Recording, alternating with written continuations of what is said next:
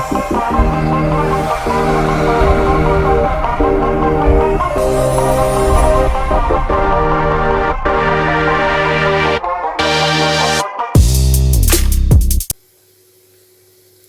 friends, welcome to NNELM.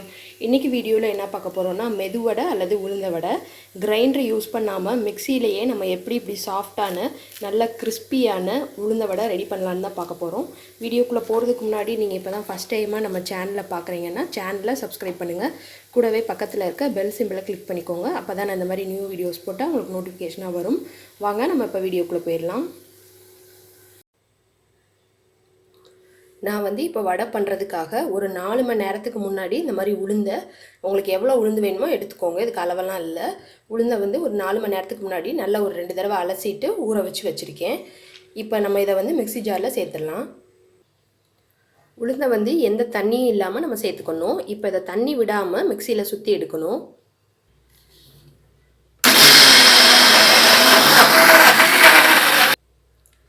இந்த மாதிரி தண்ணி விடாமல் ஒரு 2-3 தடவை விட்டு அரைச்சிக்கோங்க.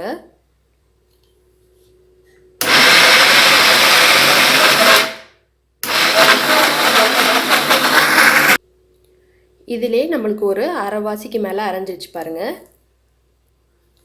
இப்போ இதில் வந்து ஐஸ் வாட்டர் சேர்த்துக்கணும். அப்போ தான் நம்ம கிரைண்டரில் அரைக்கிற மாதிரியே நம்மளுக்கு உளுந்து வந்து நல்லா பொங்கி வரும். கொஞ்சமாக தான் தண்ணி சேர்க்கணும். நான் ஒரு 2 ஸ்பூன் அளவுக்கு தான் தண்ணி இப்போ சேர்த்துருக்கேன். இப்போ திரும்ப நம்ம அரைக்கலாம்.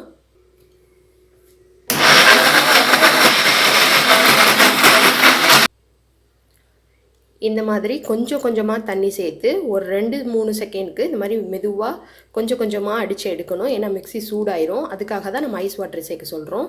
மாவு வந்து இந்த மாதிரி இருக்கணும். இப்போது நம்ம வந்து அரைச்ச மாவை ஒரு கிண்ணத்தில் மாற்றியாச்சு. இது கூட 1 டேபிள் ஸ்பூன் அளவுக்கு அரிசி மாவு சேர்த்துக்கோங்க.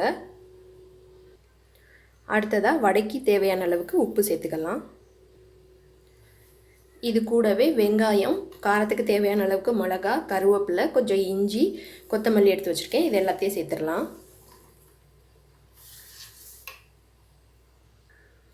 இது கூட நான் ஒரு கொஞ்சமாக வந்து மிளகு பொடி சேர்த்துக்கிறேன். நீங்கள் இதுக்கு பதிலாக முழு மிளகும் சேர்த்துக்கலாம். மாவு நம்மளுக்கு ரெடி ஆயிடுச்சு. இந்த மாதிரி ஒரு சின்ன பவுலில் தண்ணி வச்சுக்கோங்க. கையை இந்த மாதிரி ஒரு தடவை போடையிலையும் ஈரம் பண்ணிவிட்டு இப்படி கொஞ்சமாக மாவு எடுத்து இப்படி ரவுண்ட் ஷேப்பில் ஆக்கிட்டு கட்டை விரல் வச்சு ஒரு சின்ன ஹோல் போட்டுட்டு நம்ம இப்படியே எண்ணெயில் போட்டுடலாம்.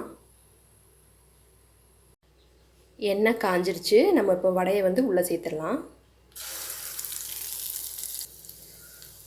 ஒவ்வொரு முறை வடை போடையிலையும் கையை ஈரம் பண்ணிவிட்டு போடுங்க.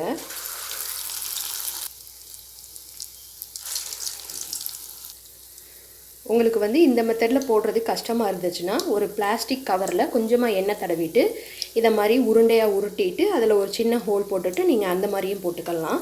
வாழை இலை யூஸ் பண்ணியும் போட்டுக்கலாம். வடையை சேர்த்த பிறகு நீங்கள் வந்து மீடியம் ஃப்ளேமில் நம்ம அடுப்பை வச்சிடணும். நல்லா 2 பக்கமும் நல்லா கிறிஸ்பி ஆகணும். அவ்வளோதான். இந்த மாதிரி நல்லா 2 பக்கமும் நல்லா பொன்னிறமானோனையும் நம்ம எடுத்து வச்சிடலாம். இது மாதிரியே நம்ம மற்றதையும் போட்டு எடுத்துக்கலாம். இப்போது நான் எல்லா வடையும் வந்து ரெடி பண்ணிட்டேன்.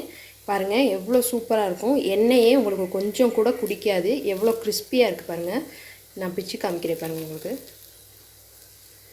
நல்லா கிறிஸ்பியாக இருக்கும். வெளியே உள்ளே நல்லா சாஃப்டாக இருக்கும். நீங்களும் இது மாதிரி ட்ரை பண்ணி பாருங்கள். ட்ரை பண்ணி பார்த்துட்டு எப்படி வந்துச்சுன்னு கமெண்ட்டில் சொல்லுங்கள். இனிமேல் வடை பண்ணணுன்னா கிரைண்டர் தேவையில்லை, மிக்ஸி இருந்தால் போதும். சூப்பரான வடை ரெடி பண்ணிடலாம். இந்த வீடியோ பிடிச்சிருந்துச்சுன்னா லைக் பண்ணி ஷேர் பண்ணுங்கள். மறக்காமல் நம்ம சேனலை சப்ஸ்கிரைப் பண்ணிக்கோங்க. Thank you friends.